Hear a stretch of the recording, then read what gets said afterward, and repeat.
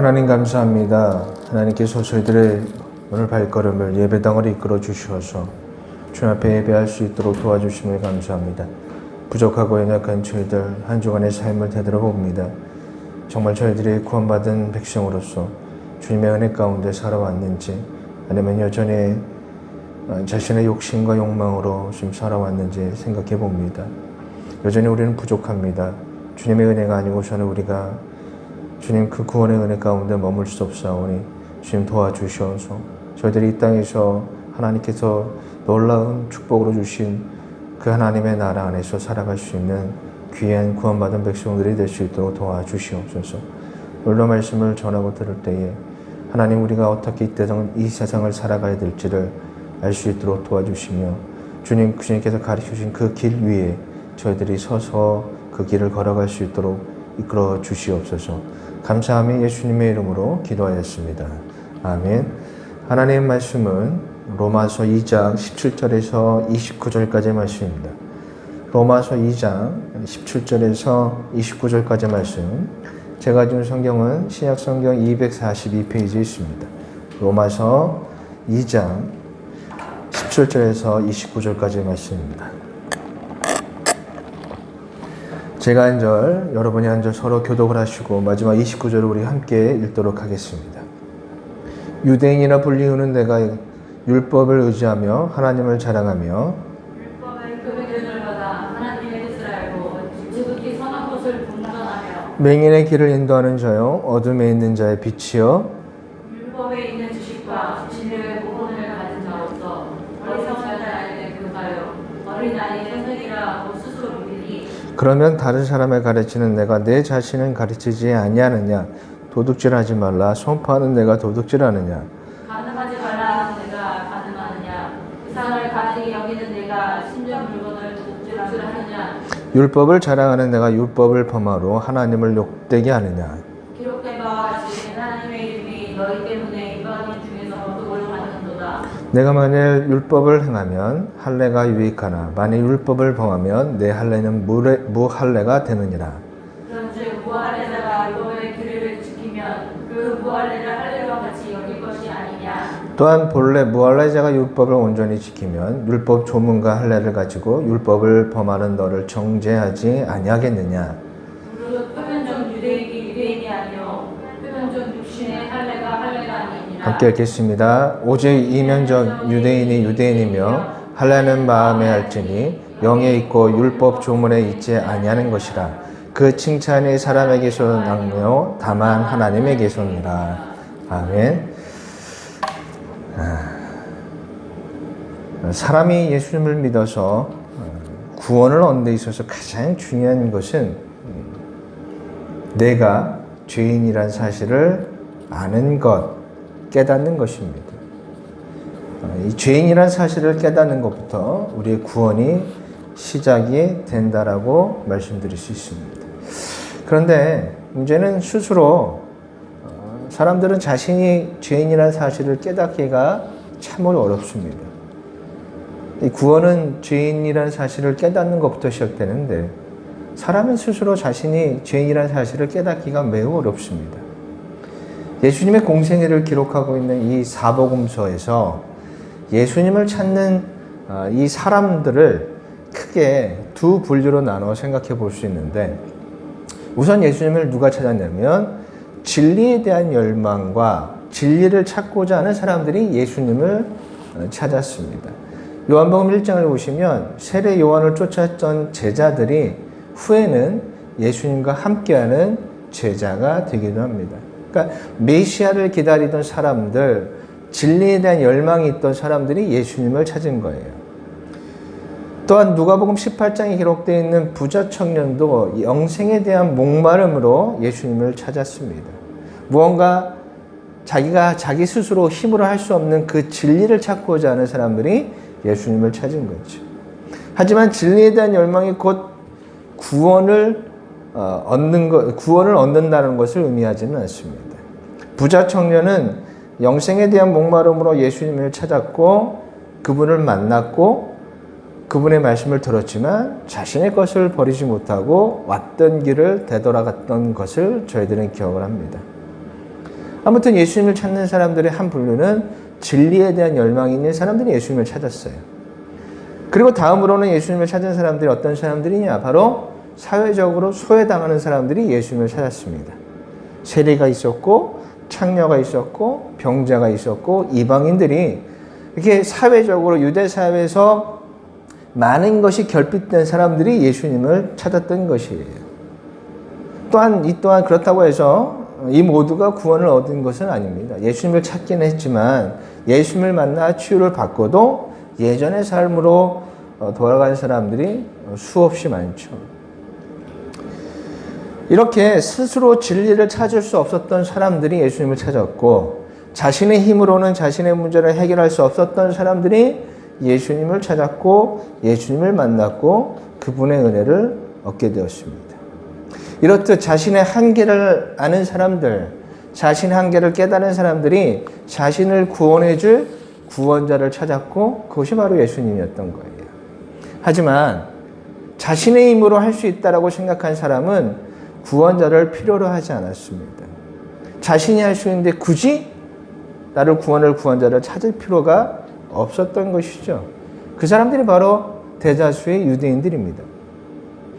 자신들에게는 하나님의 뜻인 율법이 있고 그 법을 알고 그 법대로 행하면 구원을 얻을 수 있다라고 유대인들은 믿었기 때문에 자신들을 구원할 구원자가 따로 필요치 않았던 거예요. 율법이 있으니까. 그래서 율법을 공부하고 그렇게 노력을 통해서 알게 된 법을 그대로 지키면 구원을 받을 수 있다라고 그들은 믿어왔기 때문에 그들에게는 다른 구원자가 필요하지 않았던 겁니다. 내가 열심히 공부해서 율법에 대한 내 노력이, 율법에 대한 내 이 진심이, 율법에 대한 내 의지가 충분히 이 의지로서 충분히 구원을 얻을 수 있다라고 생각하고 믿었기 때문에 구원자 예수님이 그들에게는 필요하지 않았던 것입니다. 당시의 유대인들에게 그런 믿음이 있었는데 이런 믿음을 가진 유대인들에게 바울이 오늘 본문을 통해서 이렇게 말씀하고 계십니다. 먼저는 그들이 자랑하고 믿고 있는 것에 대해서 이렇게 기록하고 있습니다. 17절에서 20절까지의 말씀이에요. 유대인이라 불리는 내가 율법을 의지하며 하나님을 자랑하며 율법의 교훈을 받아 하나님의 뜻을 알고 지극히 선한 것을 분간하며 맹인의 길을 인도하는 자요. 어둠에 있는 자식의 빛이요 율법에 있는 지식과 진리의 모본을 가진 자로서 어리석은 자의 교사요 어린 아이의 선생이라 스스로 믿으니. 자, 유대인들에서 이렇게 얘기를 하고 있는 거예요. 율법을 의지하고 하나님을 자랑하고 율법의 교훈을 통해서 하나님의 뜻을 알아서 선을 구분할 줄 알고 하나님 모르는 자들에게 하나님을 모르는 어리석은 자들의 교사의 역할을 하고 선생의 역할을 하고 인도자의 역할을 한다라고 스스로 생각하고 믿는 자들이라고 바울이 유대인들을 향해서 말씀하고 있습니다. 저는 이 말씀 중에서 바울이 기록한 말씀 중에서 20절에 기록되어 있는 한 단어를 저와 여러분들이 주목해 볼 필요가 있다고 생각합니다. 바울은 유대인들을 향해서 이렇게 얘기해요. 스스로 믿었다라고 기록하고 있습니다. 그들은 그렇게 스스로 믿었습니다. 우리는 그런 사람들이라고 믿었어요. 그래서 우리는 구원을 받을 거라고 생각했던 것입니다. 여러분, 우리도 이것에 대해서 한번 생각해 볼 필요가 있습니다. 여러분들이 가지고 있는 믿음, 여러분의 믿음, 여러분이 생각하고 있는 그 믿음이 과연 하나님이 주신 믿음인가? 아니면 내가 스스로 그렇게 생각하는 믿음인가를 생각해 보실 필요가 있습니다. 믿음이라고 해서 다 같은 믿음이 아니에요. 하나님이 주신 믿음은 우리를 구원으로 이끌지만 내가 스스로 그렇게 생각하는 믿음에는 구원이 없습니다. 바울이 유대인을 비판하면서 말씀하신 그들의 믿음의 이야기를 보면 지금 현재 우리가 생각하는 그러한 믿음과 너무나 많이 닮아 있습니다. 우리 역시 하나님의 말씀을 알고 하나님의 말씀을 통해서 하나님의 뜻을 알고 말씀을 통해 선을 분간할 줄 알지요.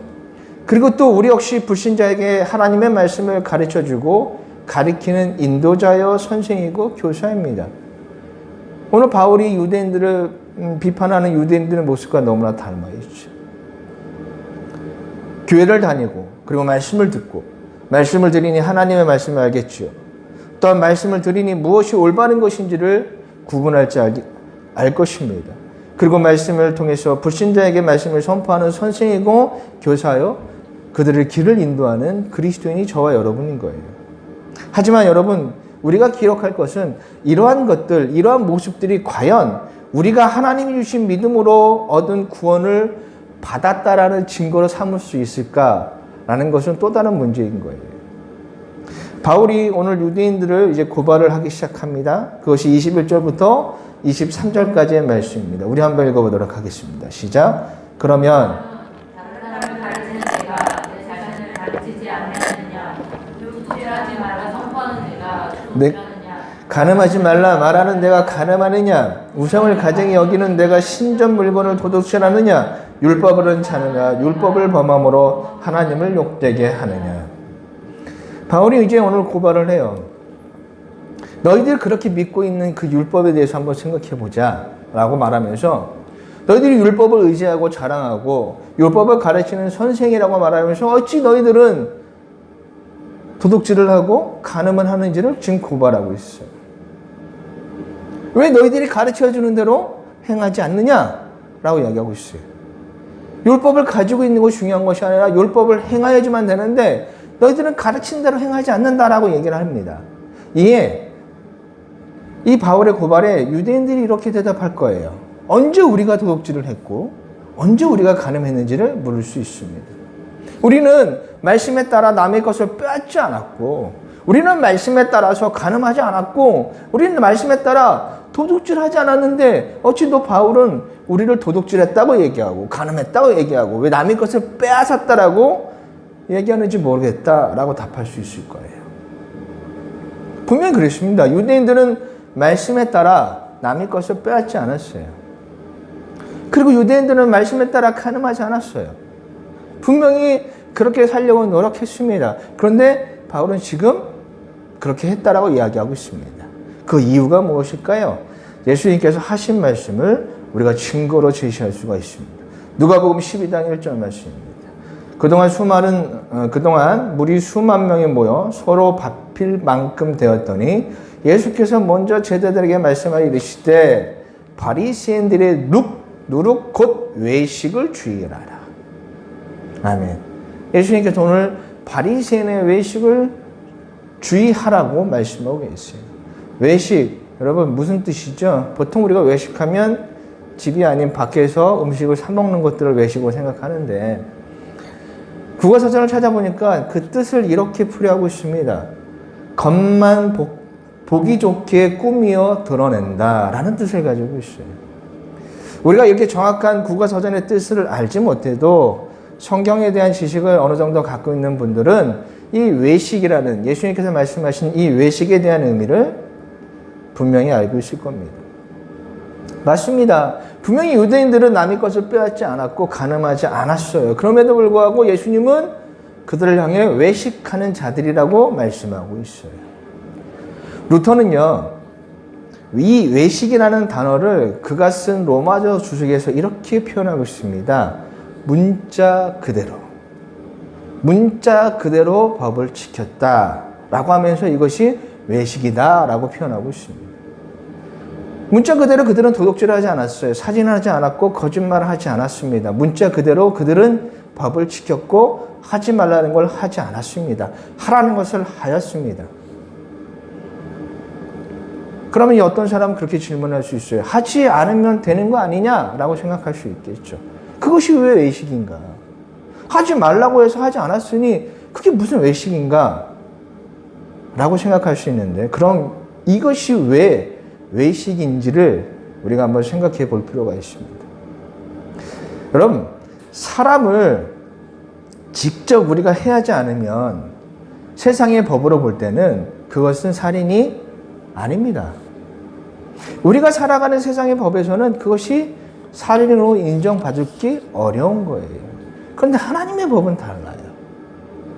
세상의 법은 우리가 직접 사람을 누군가를 직접 내가 내 손으로 해하지 않으면 그것이 살인이 안 되는데 하나님의 법은 다릅니다. 하나님이 살인하지 말라는 그 하나님께서 우리에게 말씀하셨는데 이 살인하지 말라는 이 하나님의 말씀은 단순히 내가 누군가를 직접 죽이는 것만을 의미하지 않는다라는 거예요. 자, 마태복음 5장 21절과 22절 말씀인데 우리 한번 읽어보도록 하겠습니다. 시작. 옛사람에게 말하노라 살인하지 말라 누구든지 살인하면 천만을 받게 되리라 하였다는 것을 너희가 들었으나 나는 너희에게 이르노니 형제에게 노하는 자마다 심판을 받게 되고 형제에게 대하여 나가라는 자는 공회에 잡히게 되고 미련한 놈이라고 하는 자는 지옥불에 들어가게 되리라. 아멘. 자, 우리가 알고 있는 살인이라는 것은 누군가 죽이지 않으면 그건 살인이 될 수가 없어요. 문자 그대로 사람을 죽이지 않으면 되는 거예요. 그런데 하나님의 뜻에는 이 하나님의 말씀의 그 의미는 그것이 아니라 예수님께서 말씀하시기를 너희들이 누군가 미워하거나 시기하거나 욕하면 그것도 살인이라고 지금 말씀하고 계세요. 다시 말해서 하나님의 이 법에는 하나님께서 하신 그 말씀 살인하지 말라는 그 법에는 이런 의미가 있다라는 거예요. 그럼 이렇게 생각할 수 있어요. 그럼 내가 다른 사람을 미워하지 않거나 시기하지 않거나 욕하지 않으면 되는 겁니까? 라고 물어볼 수 있겠죠. 근데 여러분, 우리는 그렇게 우리는 그렇게 할 수도 없을 뿐더러 예수님의 말씀은 그런 의미가 아닌 거예요. 뭔가 또 다른 행함을 하라고 말씀하고 있는 것이 아니에요. 마음으로 미워하거나 시기하지 않거나 욕을 하지 않으면 그것을 안아서 그런 법을 지켰다고 생각한다면 그거 역시 또한 외식이 되는 겁니다. 근본적인 이유를 알아야죠. 어떻게 보면 너무나 복잡하죠. 무엇을 하지 말라고 해서 하지 않았는데 그건 본래 의미가 그것이 아니다 라고 하면서 무언가 또다시 말씀을 하시는데 그럼 도대체 우리가 무엇을 얼마나 지켜야 하는지 생각하면 생각할수록 복잡하죠. 그런데 그렇게 복잡한 것이 아니에요. 왜 우리가 복잡하다고 생각하냐면 무언가를 계속 하려고 하니까 복잡한 거예요. 살인하지 말라고 했어. 그래서 나 안 했어. 근데 그것만이 아니래. 시기하거나 질투하면 그것도 살인이네. 그럼 나 시기도 안 하고 질투도 안 했어. 근데 욕하지 말래. 그럼 욕도 안 했어. 그럼 나 지킨 거냐? 아니라는 거예요. 자꾸 무언가를 우리가 하려고 하면 하나님의 말씀이 막 복잡해지는 거예요. 정말 중요한 건 뭐냐면 무언가 지키면 된다라는 그 생각 그 자체가 우리가 이미 말씀을 잘못 이해하고 있다는 것입니다. 우리가 살인하지 말라고 했어요. 그러면 살인하지 않으면 끝인가? 그것이 아니라는 거예요.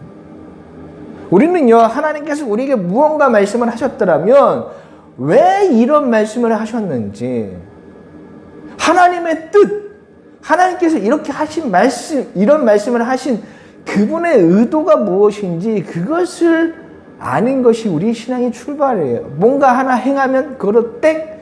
끝이 아니라는 거예요. 우리는 항상 하나님의 말씀에 대한 깊게 사유하는 자세가 필요해요. 왜? 아침부터 저녁까지 이 다윗이 내 하나님의 말씀을 묵상한다라고 고백했냐면 그만큼 묵상이 중요한 거예요. 묵상을 하면서 말씀의 의미를 깊이 생각하는 자세가 필요한 것입니다. 문자 그대로 행동한다고 해서 그것이 믿음이 아니라고 우리에게 분명히 말씀하고 있습니다. 우리가 한번 또 찾아볼까요? 계속해서 들어가 보면 진짜 하나님의 말씀이 의미하는 게 무엇인지를 알 수가 있겠죠. 자, 마태복음 15장 16절에서 20절까지의 말씀입니다. 우리 한번 읽어보도록 하겠습니다. 시작. 예수께서 이르시되 너희도 아직까지 깨달음이 없느냐? 입으로 들어가는 모든 것은 배로 들어가서 뒤에 내버려지는 줄 알지 못하느냐? 입에서 나오는 것들은 마음에서 나오나니 이것이야말로 사람을 더럽게 하느니라. 마음에서 나오는 것은 악한 생각과 살인과 간음과 음란과 도둑질과 거짓증과 비방이니 이런 것들이 사람을 더럽게 하는 것이요 씻지 않는 손으로 먹는 것은 사람을 더럽게 하지 못하느니라. 아멘. 여기서 예수님께서 중요하게 하신 말씀이 뭐예요? 마음이 문제라는 거예요. 행동 그 자체를 일으킨 그 출발이 무엇이냐? 마음이라는 거예요. 우리의 죄는 언제나 이 마음에서, 우리의 생각에서 출발하고 있다라고 말씀하고 있어요. 어떤 행위만 하지 않았다고 해서 내가 하나님의 말씀을 지킨 것이 아니라 마음을 지키지 않으면 마음으로 이미 내가 그것을 생각하고 있고 시기하는 마음이 있고 질투하는 마음이 있고 욕하는 마음이 있고 누군가를 정말 죽이고 싶다라는 마음이 있으면 이미 살인한 거나 마찬가지라고 예수님께서 말씀하고 있는 거예요. 그러면 유대인들이 이렇게 말할 수 있을 거예요. 우리는 몰랐습니다. 응? 예수님께서 이제 말씀하셔서 이제 알았습니다. 우리는 그냥 문자 그대로 지키면 되는 줄 알았습니다. 라고 대답하는 유대인들이 있겠죠. 근데 여러분 이렇게 대답을 하면 이 사람들은 정말 하나님의 말씀을 모르는 자들이에요. 오늘 예수님께서 이 마태복음 15장에서 하신 말씀은 새로운 것이 아닙니다. 이미 구약 성경에도 다 기록되어 있는 말씀들이에요. 찾아볼까요? 예레미야 17장 9절과 10절 말씀이에요. 만물보다 거짓되고 심히 부패한 것은 마음이라. 누가 능히 이를 알려마는 나 여호와는 심장을 살피며 폐부를 시험하고 각각 그 행위와 그 행실대로 보응하나니. 아멘. 이미 구약에도 마음이 죄의 시작이라고 말씀하고 계세요. 그리고서 4장 23절 말씀이에요. 모두 지킬 만한 것 중에 더욱 내 마음을 지키라. 생명의 근원이 이에서 남이니라. 아멘. 마음이 중요한 거예요. 하지만 우리가 이 마음을 어떻게 할 수가 없잖아요. 우리 안에 끓어오는 분노들, 살인의 마음들, 시기의 마음들, 질투의 마음들, 다른 사람을 욕하는 이 마음들을 우리가 어떻게 할 수 없으니 보이는 행동에만 치중한 거예요. 내가 겉을 깨끗이 하면 되겠지. 사람들이 어떻게 내 마음을 알겠어?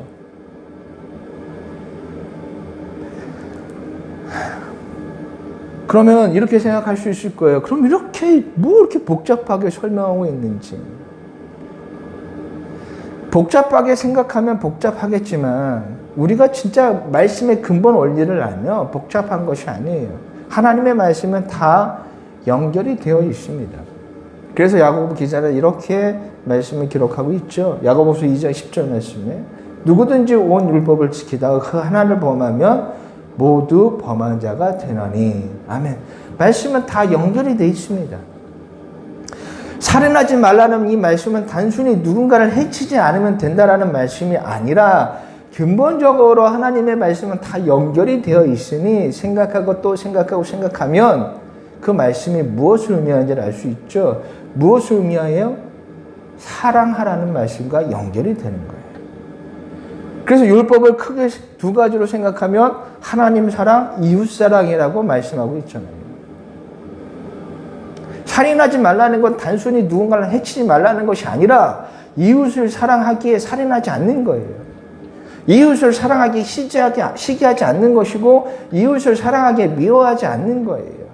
그리고 여기 이웃에는 원수까지도 포함하기 때문에 원수도 사랑하라는 말씀이 우리에게 주어진 것입니다.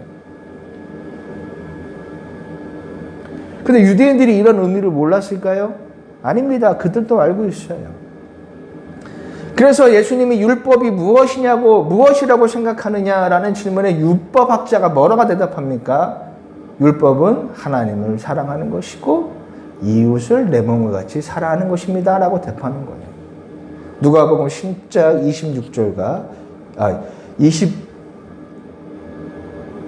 25절과 26절에 기록되어 있습니다. 우리 한번 읽어보도록 하겠습니다. 시작. 어떤 예수를 시험하여 이르되 선생님 내가 무엇을 하여야 영생을 얻으리이까.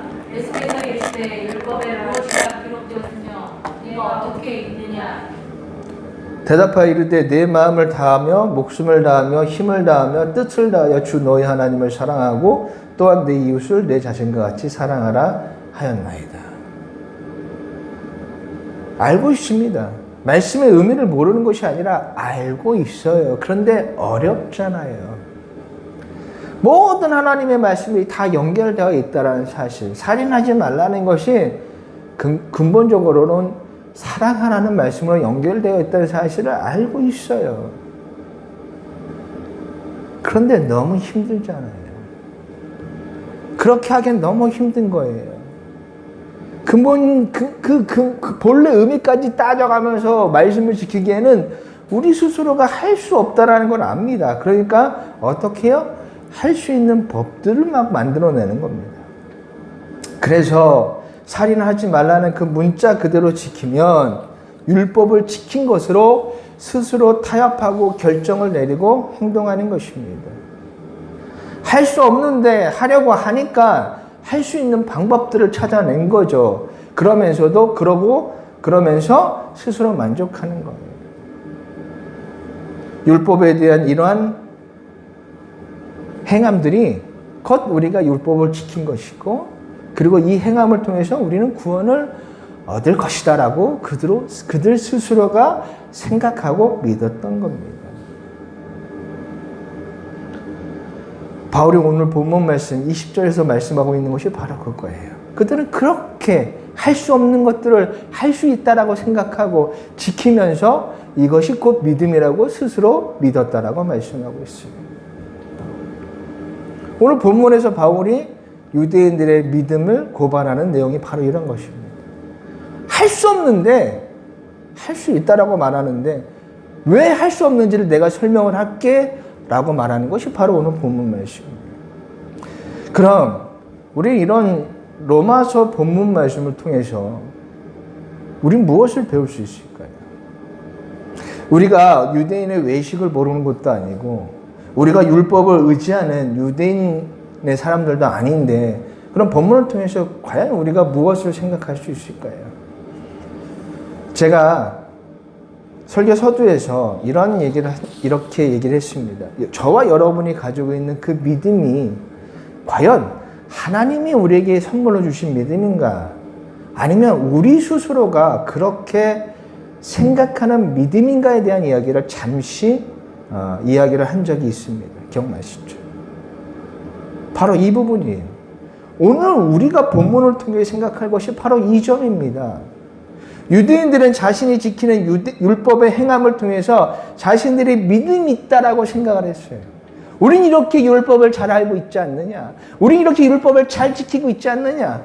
우린 율법을 통해서 이렇게 선을 분간하고 우리는 남에게 이렇게 가르쳐주고 있으니 우린 구원을 받았다라고 그들은 그렇게 믿고 있었던 거예요. 하나님에 대한 믿음으로 우리가 율법을 배우고 율법을 그렇게 우리가 지키고 있으니 우리는 구원받았어 라고 그렇게 스스로 생각하고 믿었던 거예요.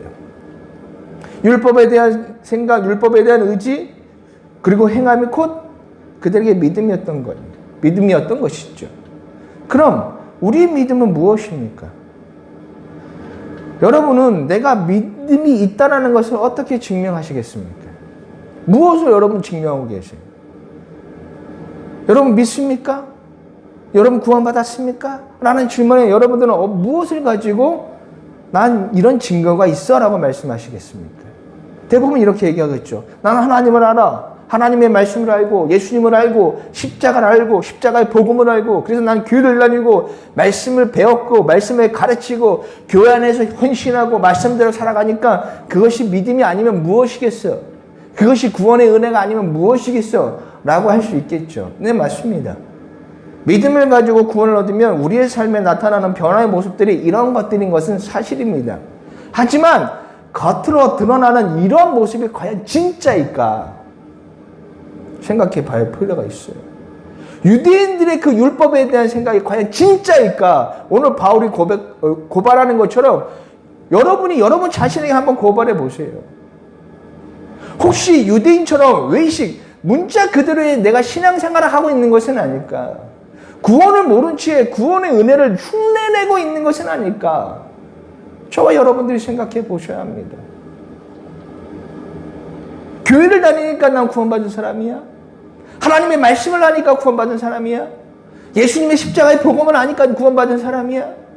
내가 교회에서 얼마큼 헌신하고 있는데 구원을 받았으니까 헌신하겠지. 구원을 받았으니까 그렇게 예배에 참여하겠지. 그럼 유대인들도 그렇게 얘기할 거예요. 나는 살인하지 않았어. 나는 도둑질하지 않았어. 나는 가늠하지 않았어. 그러니까 나는 믿는 사람이지. 그것과 뭐가 다를 거예요? 겉으로 드러나고 있는 그것들 가지고 과연 우리가 구원받은 사람일까? 여러분, 우리가 생각해 보셔야 합니다. 그럼 우리가 믿음을 통한 구원을 우리가 어떻게 하면 확신할 수 있을까요? 그것이 문제이죠. 내가 믿음을 통한 구원을 받은 사람인지는 본인이 알 것입니다. 다른 사람은 알 수가 없어요. 구원을 누군가로부터 증명받을 수 있는 것이 아닙니다. 너는 구원받은 사람이야. 도장을 꽝꽝꽝. 목사로부터 도장을 받으면 내가 구원받은 사람이냐? 그것은 아니죠. 믿음이라는 것은 어떻게 보면 하나님과 나 사이에 개인적인 만남이다 보니까 어느 누가 그것을 솔직하게 구분하기는 굉장히 어렵습니다. 하지만 어느 정도 객관적인 증거를 통해서 우리가 구원에 대한 부분을 생각해 볼 수가 있고, 그 객관적인 증거가 성경에 이미 다 기록되어 있습니다. 그리고 오늘 본문에서 그 하나의 증거를 우리가 찾을 수가 있습니다. 자, 그러면 그 증거라는 것이 무엇이냐? 바로 바울이 20절에서 기록되고 있는 스스로라는 단어를 통해서 우리가 구원받은 사람인지 아닌지를 구분할 수가 있습니다. 제가 서두에도 20절을 읽으면서 이 단어가 중요하다고 제가 여러분께 말씀드렸잖아요. 이 스스로라는 단어가 굉장히 중요합니다. 유대인의 잘못은 무엇이에요? 바울이 오늘 본문을 통해서 유대인들의 무엇을 고백하고 있어요? 너희들은 스스로 할 수 있다라고 말하는데 엄밀히 따지자면 못하잖아 라는 것을 고발하고 있잖아요. 율법을 통해 자신의 노력으로, 자신의 의지로, 자신의 행함으로 할 수 있다라고 생각하는 가치 자체가 잘못된 것이다 라고 지금 바울이 고발하고 있는 거예요. 할 수 없는데 할 수 있다라고 생각하고 믿으니 그것이 잘못이라고 바울이 얘기하고 있는 것입니다. 여러분, 구원의 시작이 뭐예요? 아까 우리가 설교를 시작하면서 얘기했잖아요. 예수님을 찾은 사람들, 그 사람들이 어떤 사람이었습니까? 자신이 할 수 없다는 것을 깨달은 사람들이 예수님을 찾았습니다. 그리고 예수님을 만났죠. 왜 이 병자들이 예수님을 찾아왔습니까? 12의 혈류증에 걸린 이 여인이 왜 예수님을 찾아왔어요? 12년 동안 아무리 노력해도 자기가 가진 이 재산을 다 탕진하면서 많은 의사들을 만나봐도 내 문제가 해결받지 못했거든요. 내가 할 수 없으니까 더 이상 내 힘으로는, 내 의지로는, 내 재산으로는 내 병을 고칠 수 없다는 사실을 깨달았기 때문에 예수님을 찾아온 거예요. 할 수 없으니, 할 수 없기 때문에 예수님을 찾아올 수밖에 없었던 것이죠. 여러분, 우리의 구원은 이렇게 시작되는 겁니다. 할 수 없을 때, 할 수 없다는 걸 깨달을 때 예수님을 바라보게 되는 것이죠. 내 힘과 내 능력, 내 의지로는 내 마음으로부터 시작되는 이 죄들을 우리가 통제할 수도 없고 이길 수 없고 버릴 수 없으니, 그래서 내가 어쩔 수밖에 없는 죄인이라는 사실을 깨달으니 이 죄로부터 나를 구원하여 줄 그 구원자를 찾게 되는 것이고, 그 구원자 예수 그리스도를 찾고 만나게 되는 것입니다. 바울이 고백합니다. 로마서 7장 23절에서 27절까지 말씀이에요. 우리 한번 읽어보도록 하겠습니다. 시작. 내 지체 속에서 한 다른 법이 내 마음의 법과 싸워 내 지체 속에 있는 죄의 법으로 나를 살아나는 것을 돕는도다. 무엇하나 나는 분부한 사람이로다. 이 사망의 몸에서 의원하여 용서하느냐. 우리 주 예수 그리스도로 말미암아 하나님께 감사리로다. 그런즉 내 자신이 마음으로는 하나님의 법을, 육신으로는 죄의 법을 섬기노라. 아멘.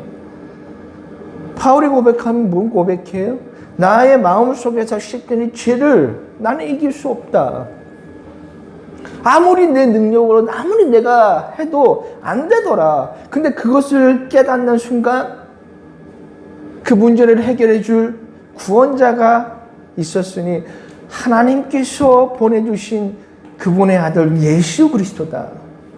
그래서 난 예수 그리스도를 바라보게 된 것이다 라고 고백하고 있습니다. 여러분, 구원이 이렇게 시작되는 거예요. 아무것도 할 수 없는 나를, 나의 죄를 나의 스스로의 힘으로는 이길 수 없다는 것을 아는 사람, 깨닫는 사람이 구원자를 찾게 됨으로써 구원이 시작되는 거죠. 그리고 나의 공로 없이 아무것도 할 수 없는 나를 전적인 하나님의 그 사랑과 은혜로 십자가를 지신 예수 그리스도의 그 희생으로 저와 여러분이 구원을 얻게 되는 것입니다. 할 수 없다는 것을 아는 사람, 그 사람이 구원으로 인도하는 믿음을 의지하게 되고 믿음을 주신 하나님의 은혜로 구원을 얻게 되는 것입니다. 자, 구원은 이렇게 이루어진다는 사실 저와 여러분이 아시잖아요. 자, 그렇다면 이와 같은 구원의 은혜를 얻은 사람은 어떠한 삶의 변화가 찾아오고 그 변화된 삶에서 어떠한 자세로 우리에게 주어진 인생을 살아가게 될까요? 구원이 어떻게 임했어요? 내 의지로, 내 능력으로 아니잖아요. 내가 할 수 없다는 걸 깨달았을 때 믿음이 주시고 그 믿음을 통해 구원을 얻었잖아요. 기본 출발이 내가 할 수 없다라는 거예요. 그러면 그 은혜를 받은 사람, 그 구원의 은혜를 받아서 변화된 삶이 찾아올 때 그 사람이 이 변화된 삶에서 이 인생을 살아가는 자세는 똑같아요. 내가 무엇을 할 수 있다라고 생각하지 않습니다. 내 의지로, 내 능력으로, 내 노력으로 무엇을 한다라고 생각하지 않습니다. 오직 주님이 주시는 은혜로 가능할 뿐이지 내가 무엇을 했다고 자랑하거나 내 노력이나 내 의지나 내 공로를 의지하지 않고 자랑하지 않습니다. 그게 구원받은 사람의 삶의 모습인 거예요. 삶의 자세들이에요. 그런데 많은 그리스도인들이 어떻게 신앙생활해요? 자신의 노력을 의지하면서 신앙생활을 합니다. 솔직히 얘기해서 이것은 신앙생활이라보다는 종교생활이죠. 타 종교인들처럼 내가 열심히 정성을 들이면 그렇게 신앙생활해요. 유대인이 율법을 의지하듯이 많은 그리스도인들이 자신의 이 노력, 자신의 행함, 자신의 공로를 의지하면서 그렇게 신앙생활하는 거예요. 내가 이렇게 노력하면, 내가 이렇게 행하면 하나님이 은혜로 갚아주실 거라는 생각을 가지고 신앙생활을 한다는 거예요. 그래서 막 교회 안에서 막 수많은 행함들이 나타나죠. 그리고 그것을 목회자들이 조장합니다. 1,000번제를 드리면 이것이 얼마나 큰 순종인가. 솔로몬이 1,000번제를 드려서 놀라운 축복을 받은 것처럼 당신들도 그렇게 하면 축복을 받을 수 있을 거라고 생각합니다. 여러분 생각해 보세요. 말씀을 제대로 읽으세요. 솔로몬이 축복을 받기 위해서 1,000번제를 드렸는지, 그가 왜 1,000번제를 드렸는지를 한번 생각해 보세요. 솔로몬은 나는 할 수 없기에, 나는 너무 연약합니다. 내 지식으로는, 내가 가진 힘으로는 이 백성들을 잘 다스릴 수 없습니다. 하나님의 그 뜻으로, 하나님의 길로 이끌 수 없사오니 주님 도와주십시오 라는 의미로서 1,000번제를 드린 거예요. 내 헌신을 드리고 내 물질을 드리고 행함을 드리면 하나님이 나를 축복하여 주실 거라고 우리는 그렇게 생각하고 그렇게 믿고 있습니다. 이런 생각, 이런 믿음, 오늘 본문에 등장하는 유대인과 무엇이 다르겠습니까? 내 노력으로, 내 행함으로 무엇을 얻을 수 있다라고 생각하고 그렇게 믿고 계시다라면 진짜 여러분은 고민해 보셔야 돼요. 정말 여러분이 구원받은 사람인지, 정말 내가 제대로 된 믿음을 가지고 있는지, 정말 하나님이 주신 믿음을 내가 가지고 구원을 받은 사람인지를 생각해 보셔야 됩니다. 분명 우리의 삶엔 노력이라는 것이 있고 행함이라는 것이 있습니다. 하지만 구원을 얻은 사람은 그것을 의지하지 않습니다. 여러분, 왜 우리가 행하고 왜 우리가 순종하고 왜 우리가 노력을 합니까? 여러분, 내가 노력하는 이유는 나를 구원해 주신 하나님의 은혜에 감사하기 때문에 우리가 노력하고 순종하는 것이고, 내가 순종하는 이유는 나를 구원해 주신 예수 그리스도의 그 희생과 사랑 때문에 내가 움직이는 거예요. 무엇을 얻기 위해서가 아니라 그 은혜에 그 사랑이 너무나 감사하고 감격스러워서 하나님의 뜻을 이루고 싶은 간절한 소망이 내 안에서 막 생겨나서 노력하고 순종하는 거예요. 뭘 얻기 위해서 하는 것이 아니라. 구원받은 사람은 압니다. 자신의 노력으로 할 수 없다는 것을 그는 이미 구원을 받을 때부터 알아왔고 구원을 받은 그 은혜 안에 머물 때도 그것을 다 기억하고 알고 있습니다. 한 가지 예를 들어봅시다. 하나님은 우리에게 원수를 사랑하라고 말씀하셨습니다. 그럼 구원받은 사람은 갑자기 내가 변화돼서 내 원수를 갑자기 막 간절하게 사랑하게 될까요? 아니요. 안 됩니다. 오히려 여러분 그 말씀에 따라 그것을 하려면 할수록 순종하려고 하면 할수록 더 아파요.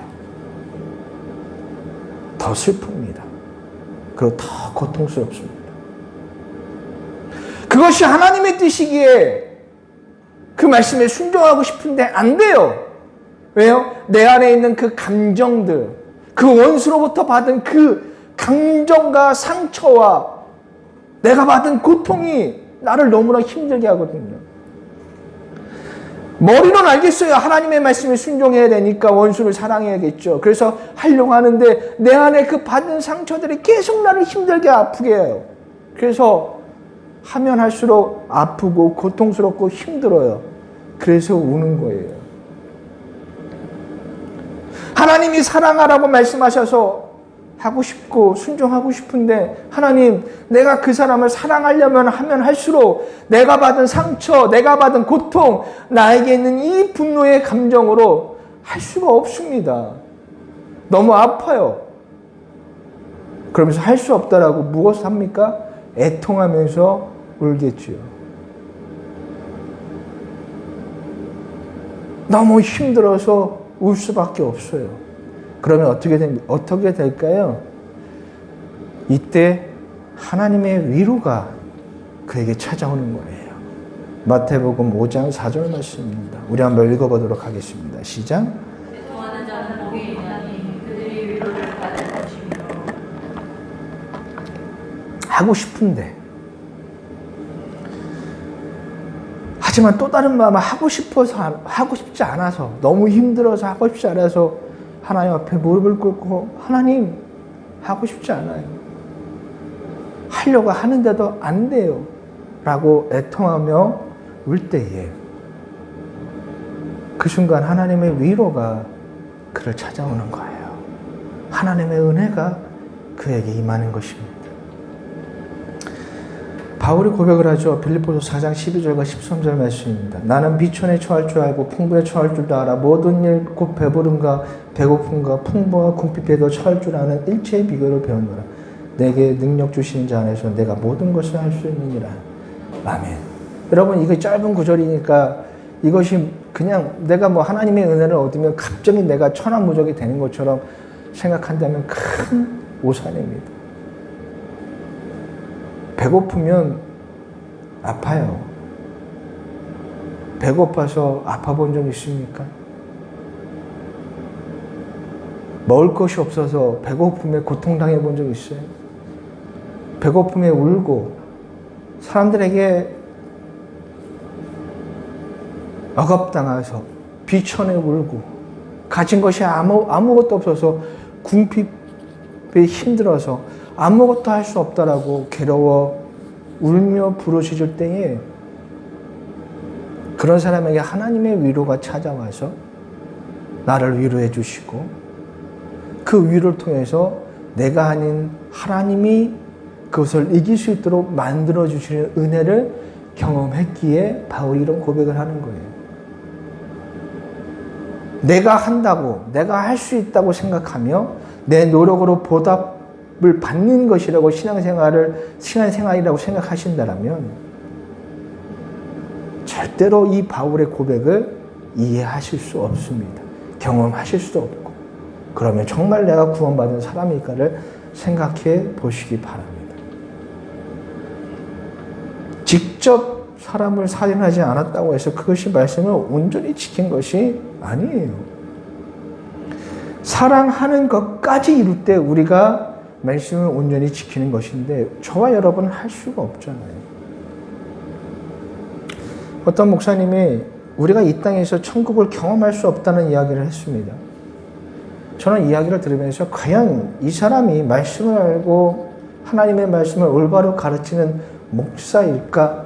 정말 이 사람이 구원을 받은 목사일까? 정말 궁금했습니다. 하나님에 대한 지식은 많겠죠. 여러분, 하나님의 나라 천국은 어떤 것입니까? 어떤 것입니까? 보여주는 현상이 아니잖아요. 성경에서 말씀하고 있는 하나님의 나라 천국은 하나님의 말씀으로 통치가 이루어지는 것, 그것이 하나님의 나라예요. 하나님의 뜻이 이루어지는 것, 그것이 바로 천국입니다. 여러분, 우리가 예수를 믿어 구원을 얻으면 우리의 삶에 이와 같은 일이 벌어져요. 하나님의 말씀이, 하나님의 뜻이 이루어지는 것으로 우리의 삶이 바뀌어집니다. 그러면 그것이 천국이에요. 우리가 스스로는 할 수 없었던 하나님의 통치가 우리가 믿음을 통해서 구원을 얻으면 그분의 뜻이 하나님의 은혜로 우리 안에서 이루어지게 돼요. 바울이 고백한 것처럼 우리의 삶에서 이루어지는 거예요. 원수를 사랑할 수 없어서 애통하고 울부짖을 때 그 위로가 나를 찾아와서 그 위로가 나를 하게 그 사랑을 할 수 있는 사람을 만들어주는 거예요. 하나님의 뜻이 이루어졌잖아요. 그럼 그것이 천국이에요. 하나님의 뜻이 이루어지고 하나님의 말씀이 온전히 이루어지는 그것이 바로 천국입니다. 바로 그 천국이 구원받은 성도에게 임하게 되는 것입니다. 구원을 받으면 천국이 무엇인지 알게 됩니다. 온전하지는 않겠죠. 여전히 우리는 세상의 유혹을 받으니 그 천국을 잠깐 맛볼 때가 많겠지만 분명히 이 땅에서 그 천국을 얻은 사람이 내가 죽어서 가는 그 천국을 기대할 수 있는 거예요.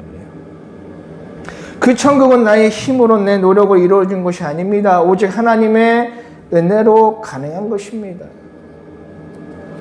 무언가 드려서 내가 축복을 받는 것이 아니라 모든 것이 주님의 것이고 모든 것을 주님의 뜻대로 사용해야 되는데 그러지 못하는 애통의 모습으로 주님 앞에 나아갈 때 하나님이 우리를 긍휼히 여기시고 우리를 도와주시고 그리고 은혜로 할 수 있도록 만들어주시는 거예요. 이것이 구원받은 자의 삶인 것입니다. 내가 할 수 있다고 생각하신다면 오늘 본문에서 비판을 받는 유대인의 잘못의 믿음을 저와 여러분이 가지고 있다는 증거인 거예요. 구원받은 사람은 할 수 없다라는 것을 알고 있습니다. 그래서 내 의지, 내 노력, 내 공로를 의지하지 않습니다. 내가 할 수 없기에 기도하는 거예요.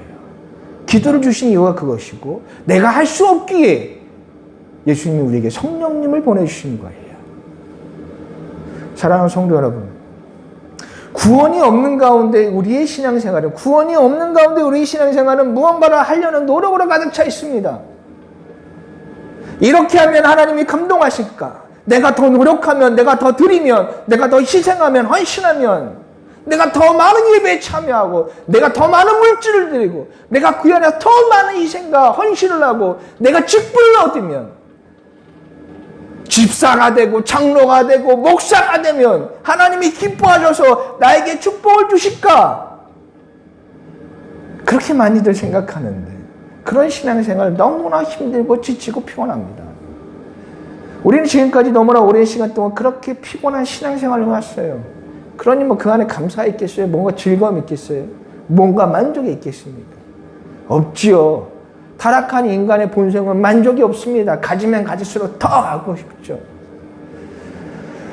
여러분, 믿음을 얻어 구원을 얻으십시오.